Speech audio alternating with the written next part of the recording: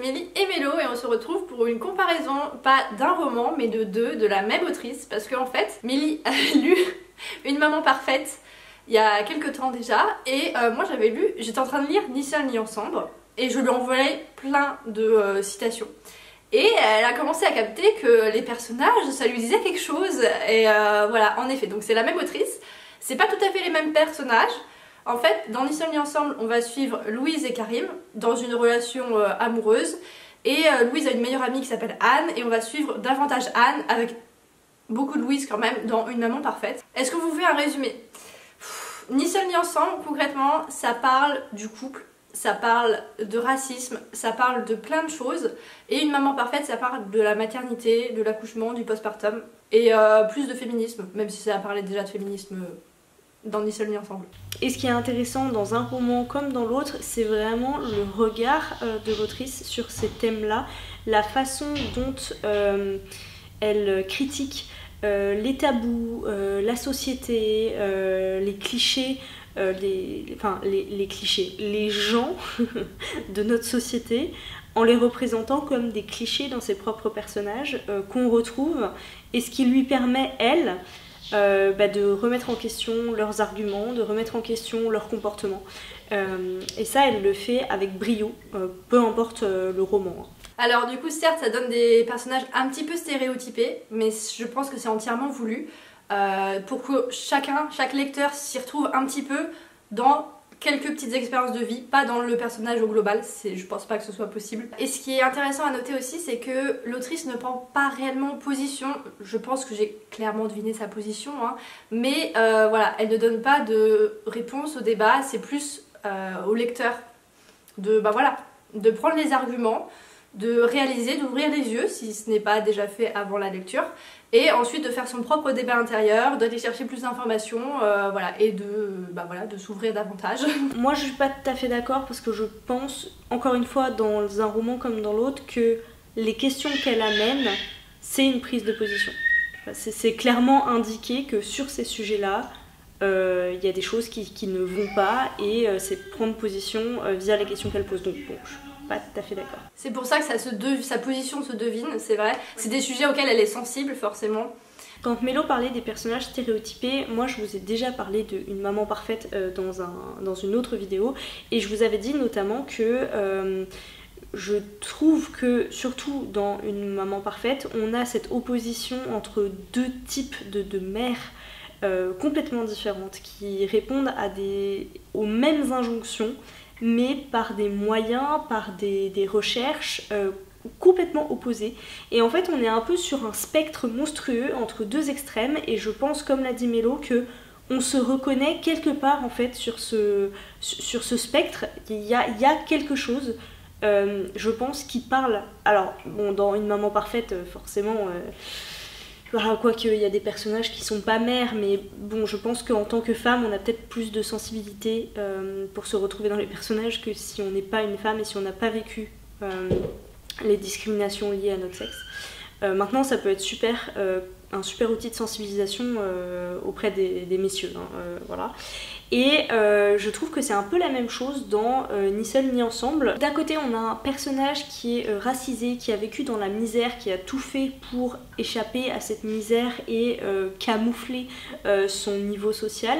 Et de l'autre côté, on a un personnage qui est issu d'un milieu franco-français, très très bourgeois, de droite traditionnelle et catholique chrétienne, voilà, hein, qui elle a toujours vu son milieu social comme quelque chose dont elle pouvait être fière, quelque chose qui fait ce qu'elle est en fait. Donc voilà, on a là aussi ce spectre extrêmement large, donc comme disait Mélo, je pense, enfin j'imagine qu'il y a peut-être des gens qui sont sur l'une ou l'autre de ces extrêmes, mais sinon on se retrouve forcément dans quelques éléments, que ce soit d'un côté ou de l'autre, hein, d'ailleurs ça peut se mélanger, et je trouve que c'est très bien joué de sa part, même si du coup ça a un petit peu des effets secondaires sur les réactions des personnages dans certaines situations, quoi. Et du coup, toujours à propos des personnages, par exemple Louise, qui est... je l'ai peu appréciée dans Ni seul ni ensemble, mais j'avais quand même de la compassion pour elle, parce que bon voilà, elle est parfois dans des situations pas faciles. Elle subit le sexisme de la société mais par contre j'avais du mal à comprendre ses choix, j'étais pas forcément d'accord avec ses choix, mais j'apprécie de voir du coup bah voilà, cette humanité, ce fait que bah, elle a été éduquée comme ça et donc du coup ça lui donne pas des excuses pour certains de ses comportements, pour son racisme internalisé ou la façon dont elle va traiter son compagnon. D'ailleurs de la même manière que Karim, ça ne lui donne pas non plus des excuses pour la façon dont elle va traiter sa partenaire. Mais dans Une maman parfaite, c'est une version un petit peu différente de Louise, je trouve. Et là, elle m'a très profondément agacée. D'ailleurs, c'est quelque chose que... c'est un ressenti très différent que j'ai entre les deux romans. Une maman parfaite, pendant la lecture, j'étais outrée, j'étais en colère, j'étais en rage parce que c'est des sujets, je pense, qui me touchent plus, qui me toucheraient plus en tant que femme. Alors que bah, dans Ni seul ni ensemble, c'est des sujets qui me révoltent, mais dont je suis assez peu concernée en fait. Et donc du coup dans Une maman parfaite, ce qui m'a agacée avec Louise, c'est la façon dont elle se comporte en tant qu'amie.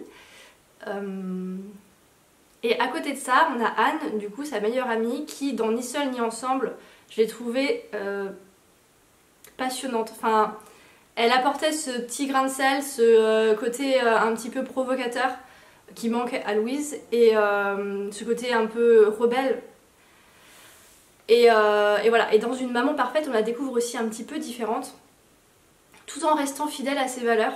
Alors, je suis d'accord qu'il y a très clairement un changement dans le personnage de Louise entre Ni seul ni ensemble et Une maman parfaite. Dans Ni seul ni ensemble, il y a ce petit côté un peu naïf, un peu bisounours, hein, voilà, très clairement, elle vit dans un monde où les réalités qu'elle va comprendre en côtoyant Karim, elle en avait même pas conscience avant, donc il y a déjà cette évolution qu'il faut noter.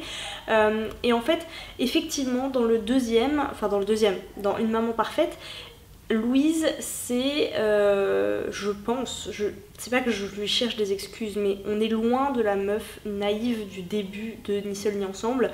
Elle a fait un choix, elle a en quelque sorte trahi une confiance, voilà, je pense qu'il y a une brèche en elle, elle a fait quelque chose dont elle n'est pas fière pour elle, pour en bénéficier. Et en fait, je dirais que la personnalité qu'elle se crée dans le deuxième, c'est peut-être une espèce de rempart parce qu'elle se retrouve finalement complètement seule. Et elle s'éloigne aussi des valeurs que lui ont inculquées sa famille, et c'est quelque chose que sa famille aurait du mal à comprendre. Elle avait déjà fait énormément dans Ni seul ni ensemble, mais là je pense que c'était un cran au-dessus et donc elle avait vraiment besoin de se protéger, ce qui fait d'elle une moins bonne amie, c'est vrai, auprès de Anne. Maintenant Anne, je la trouve aussi très changée, c'est-à-dire que dans Ni seul ni ensemble, je n'ai pas du tout aimé ce personnage, justement je l'ai trouvé vraiment trop extrémiste, beaucoup trop provoque, beaucoup trop dans le trop en fait, parce que c'est encore une fois fait exprès, c'est un cliché exprès. Mais là pour moi c'était trop. Je préfère un personnage qui soit comme ça dans le trop plutôt qu'un personnage qui soit dans le pas assez comme Louise au début de Ni seul ni ensemble. Et j'aime pas trop Louise au début de Ni seul ni ensemble non plus, hein. Je la trouve un peu sans substance. Heureusement qu'elle se dégourdit par la suite. Mais non, le personnage de Anne, en fait je trouve que justement on la voit davantage au début de Ni seul ni ensemble et là effectivement elle apporte quelque chose. Mais je l'ai préférée dans Une maman parfaite parce que je me suis forcément beaucoup identifiée à elle, même si, et je vous conseille de faire comme moi si c'est votre cas, j'ai attendu de me sentir bien dans mon postpartum avant de lire ce livre et vraiment je vous le dis, attendez, c'est important quand même. Voilà, donc Anne, je l'ai beaucoup aimée dans Une maman parfaite plutôt que dans Ni seul ni ensemble, où finalement on la voyait trop peu. Et ses interactions étaient vraiment très violentes, j'ai trouvé, enfin c'était vraiment une opposition très stricte. Là aussi dans Ni seul ni ensemble, on l'a assez peu vu dans une démarche amicale de soutien. Donc finalement, est-ce que voir que Louise fait la même chose quand elle-même est concernée, c'est pas le juste retour des choses? Alors, elle fait pas la même chose. Dans Ni seul ni ensemble, elle est dans la provoque, Anne, mais à aucun moment elle abandonne son amie en fait. On voit pas des scènes où elles ont des relations amicales, où elles se soutiennent l'une l'autre, mais ça veut pas dire qu'il y en a pas. Parce que dans Ni seul ni ensemble, on saute des étapes en fait. On voit des petits moments de vie, des petits moments de relations, surtout amoureuses, qui qui nous donnent un état des lieux un petit peu de la relation. Alors que dans Une maman parfaite, on saute peut-être un peu moins des étapes, et surtout dans Une maman parfaite, les personnages secondaires sont un petit peu plus présents que dans Ni seul ni ensemble. Ni seul ni ensemble, c'est vraiment Louise et Karim. Et de temps en temps leur entourage qui a un effet sur eux du coup. Dans Une maman parfaite, les amis sont beaucoup plus là. C'est beaucoup plus Anne et Louise et aussi quelques amis. Je suis entièrement d'accord avec Mélo là-dessus. Finalement, le personnage principal de Une maman parfaite, c'est Anne. Et moi, c'est celui que j'ai lu en premier. Donc en fait, j'aurais pu m'attendre à ce que dans Ni seul ni ensemble, je retrouve uniquement, entre gros guillemets, Louise en personnage principal, avec Anne qui navigue énormément, et des comparaisons dans la relation de Louise et de Anne, parce que finalement, dans Une maman parfaite, c'est un peu ce qu'on trouve en fait. C'est Anne en personnage principal, et toujours en opposition, on a la vision de mère de Louise qui s'intercale. Et on voit beaucoup moins le conjoint de Anne dans Une maman parfaite qu'on ne voit le conjoint de Louise dans Ni seul ni ensemble. En même temps, les thèmes traités sont pas du tout les mêmes, donc c'est très pertinent et très bien fait. Et d'ailleurs, moi ce que j'aime beaucoup avec Anne, c'est que en fait, son ton un peu acerbe, son côté provocateur, il complémente très bien la plume de l'autrice, parce que voilà, elle a une plume très lucide, mais en même temps avec beaucoup d'humour, et ça matche bien avec le caractère de Anne, je trouve. Et cette plume est vraiment, ça aide vraiment à lire extrêmement vite le livre, à rentrer dans le récit. Parfois on rit un peu plus jaune que rire tout court, parce que c'est des situations qui sont très réelles, on s'en doute bien, soit qu'on peut avoir connaître, soit qu'on se doute qui existent. Elle a un ton très piquant, très sarcastique. Je rebondis sur ce que dit Mélo par rapport au fait que ça correspond extrêmement bien à Anne, mais tellement plus qu'à Louise. Et en fait, ça au stade où, dans Ni seul ni ensemble, cette narratrice qui est une narratrice interne, parfois on a l'impression qu'elle se moque de son propre personnage. Alors, ça permet cette moquerie de prendre du recul avec ce personnage, donc et les décisions et les arguments qu'elle oppose sont super intéressants. Et c'est vrai que j'ai trouvé que dans Une maman parfaite, elle est beaucoup plus dans le soutien en fait de son personnage, plutôt que dans la moquerie. Enfin, pas la moquerie, mais la remise en question constante. Ouais, mais en fait c'est normal, parce que dans Ni seul ni ensemble, il y a de quoi se moquer de ces personnages, mais dans Une maman parfaite, on peut pas se moquer. Enfin, on a de quoi se rire jaune de la société, de ce que fait subir la société à ses mères, mais en tout cas on peut pas rire d'elle. En plus de se moquer de ces personnages, elle critique tout le monde en fait. À la fois tous ces personnages, à la fois tout ce que représentent ces personnages dans des humains de notre monde à nous. Tout le monde en prend pour son grade, et vraiment c'est très bien fait et c'est une bonne chose. C'est pas que une critique, par exemple on pourrait se dire que vu son positionnement c'est une critique extrême des personnages qui sont des nantis catholiques et qui sont de droite, mais en fait non, pas du tout. La gauche aussi elle les met face à leurs incohérences. Tout le monde est concerné par les questions qu'elle pose et les questions qu'on devrait tous se poser. Exactement, et donc du coup ça en fait un récit très pertinent, une plume très intelligente, plutôt que juste pointer du doigt une catégorie de personnes et dire c'est à cause d'eux que tout va mal, et puis pas remettre en question le reste. C'est sûr que ce sont deux romans hyper intelligents. En plus d'avoir une plume qui sert extrêmement bien son propos, il y a la forme. Moi je suis impressionnée par la forme de ces romans. C'est des romans qui sont tout courts, ils font moins de 300 pages les deux, et elle les a vraiment découpés d'une façon qui sert le récit, qui est drôle aussi dans la découpe en soi, c'est drôle. Enfin drôle, toujours on s'entend, hein. Une maman parfaite c'est pas un roman drôle, hein. C'est un peu moins une comédie que Ni seul ni ensemble, bon, on le redit. Mais par exemple dans Ni seul ni ensemble, ça va vraiment retracer les grandes étapes d'une relation vraiment classico-classique tel que tout le monde l'entend et tel qu'on le voit dans tous les romans, les représentations cinématographiques et en série deux personnes qui se rencontrent, qui tombent amoureuses, qui s'installent et en fait il y a vraiment ça, il y a l'installation ensemble, il y a l'engagement, je vous laisse deviner le sujet de ce chapitre passionnant, et la conception. Cette séparation en 3 parties, c'est presque un peu comme au théâtre en 3 actes, avec en plus un final un peu dramatique, une descente de rideau très très brusque pour Ni seul ni ensemble. Et à côté, en face, on a Une maman parfaite. Ah, faut que j'arrête de buter sur ce titre, qui est, lui, je vous en ai déjà parlé, pour moi c'était vraiment quelque chose de très documentaire, comme si je m'étais posée devant un documentaire où l'auteur, où l'autrice va vraiment suivre ces personnages caméra à l'épaule, et puis parfois faire dans leur vie de tous les jours, puis parfois faire du face cam avec une interview en mode bah voilà, comment t'as ressenti ce moment là précisément, et puis ah bah tiens, le mari là, toi comment tu l'as vécu ce truc là, voilà. Et moi j'ai adoré les 2 constructions.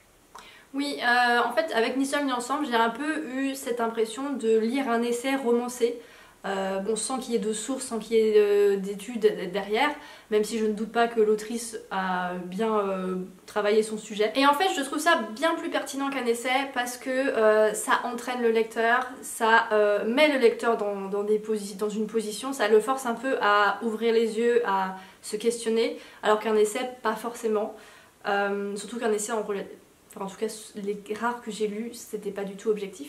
Bah là ça a un côté quand même beaucoup plus abordable pour tout type de lecteur. Ouais, et ça stimule l'empathie qui aide forcément à être un petit peu plus ouvert d'esprit. Pour finir, pour ma part, avec Ni seul ni ensemble, le final je l'ai trouvé un petit peu abrupt. Alors ça change rien à la pertinence du propos et à l'importance, je pense, pour beaucoup de lecteurs de lire ce livre. Mais voilà, c'est vrai que par rapport à tout le reste, j'ai trouvé ça très...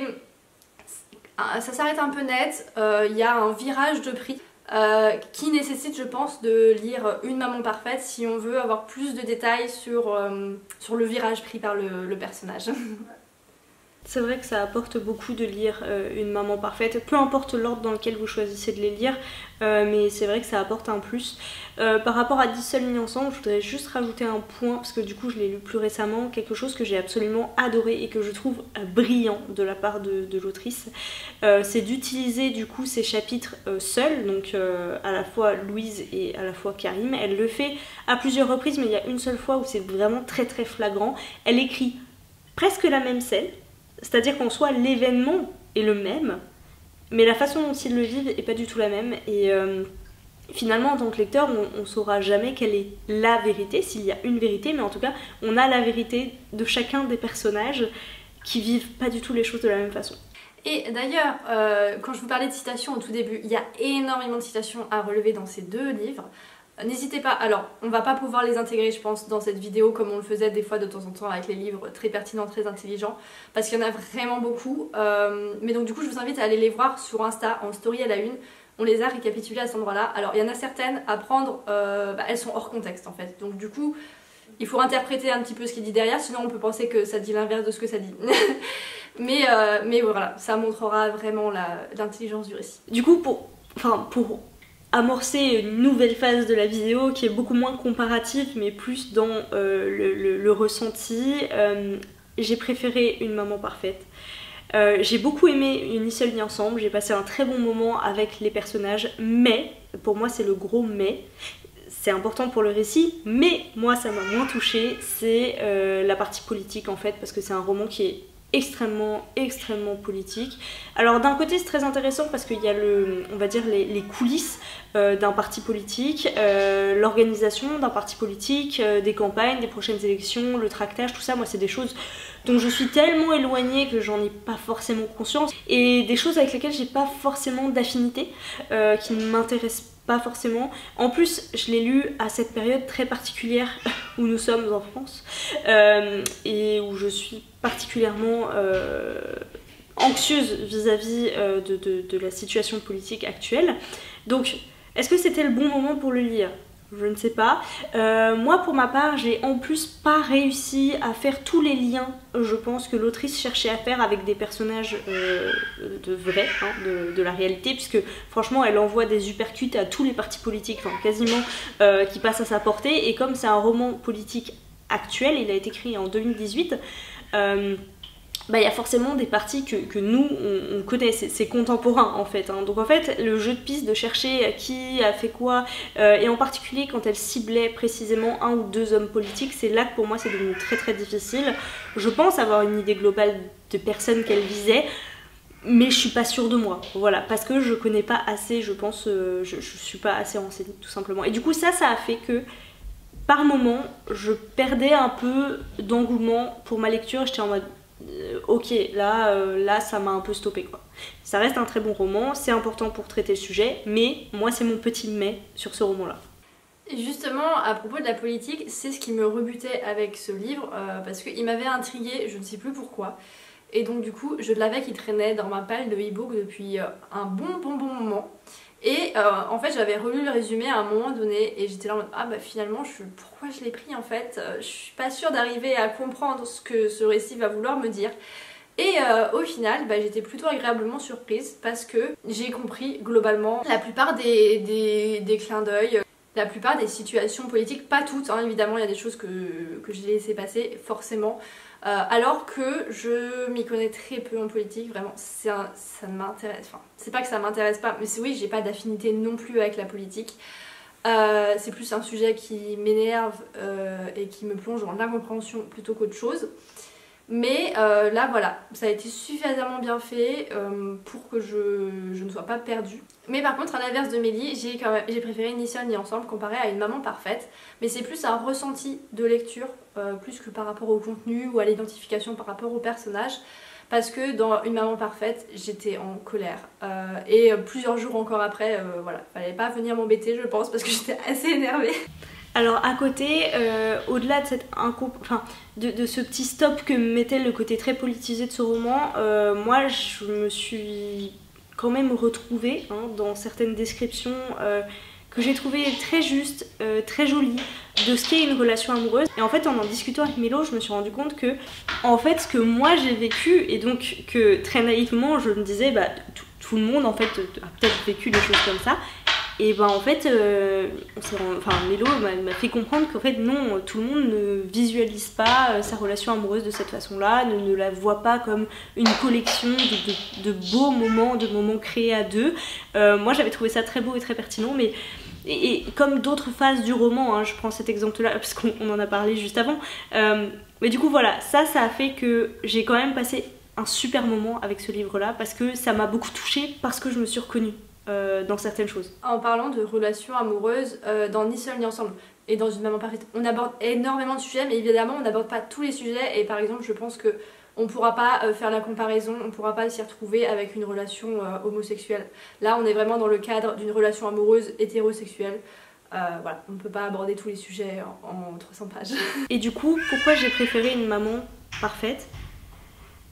Alors oui, j'ai été en colère, j'ai été très triste aussi, vraiment très triste, mais je me suis, encore une fois, pas complètement, c'est ce que j'expliquais, je me suis pas complètement identifiée au personnage parce que c'est une histoire de spectre et je peux pas être partout sur le spectre, mais il y a tellement de choses dans lesquelles je me suis retrouvée, tellement de choses qui m'ont touchée et tellement de choses où je me suis dit ouais bah ça, heureusement qu'on me l'avait dit en fait avant que je vive ma grossesse, ça heureusement que j'ai été chercher des infos sur ces tabous là dont personne ne parle, et c'est pour ça que j'avais mis la vidéo sur Une maman parfaite dans une autre vidéo, dans une série sur les livres sur la maternité, parce que moi j'ai fait l'effort de me renseigner, j'ai été chercher les infos, j'ai eu le temps et la chance de pouvoir le faire, tout le monde ne l'a pas et c'est horrible parce que je me dis mais il y a énormément de femmes qui se retrouvent démunies dans un monde, de mères, hein, dans un monde où elles vont vivre une grossesse où bah elles vont se prendre des injonctions plein la tronche dans tous les sens et des sens aussi opposés les uns que les autres, hein. C'est-à-dire qu'un jour on lui dit blanc, l'autre jour on lui dit noir, pourquoi ? Et toi, en plus de ça, tu as l'éducation de pouvoir trier les informations que tu as recherchées, ce qui n'est pas le cas de tout le monde. Tout à fait.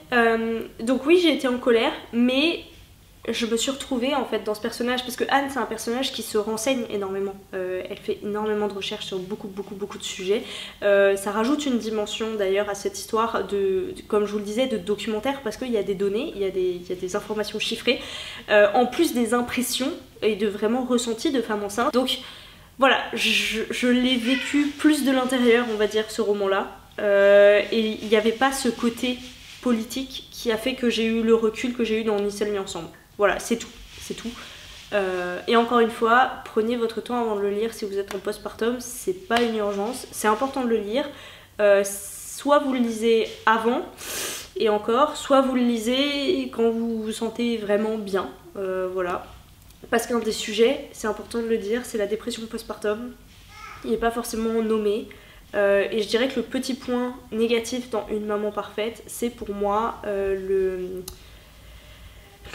le fait que on sensibilise sur le sujet de la dépression postpartum sans vraiment la nommer, et en plus sans vraiment apporter de solution.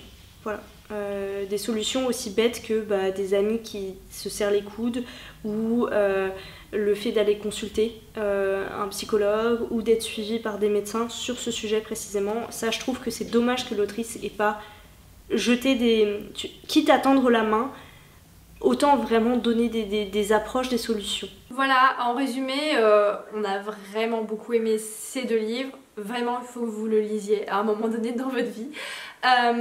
Et surtout, c'est une des raisons pour lesquelles on aime les éditions Forge de Vulcain. Voilà, c'est la qualité des livres qu'ils proposent, tant par leur plume que par leur contenu, que par les thèmes abordés, et la différence par rapport à tout ce qui peut être publié à côté.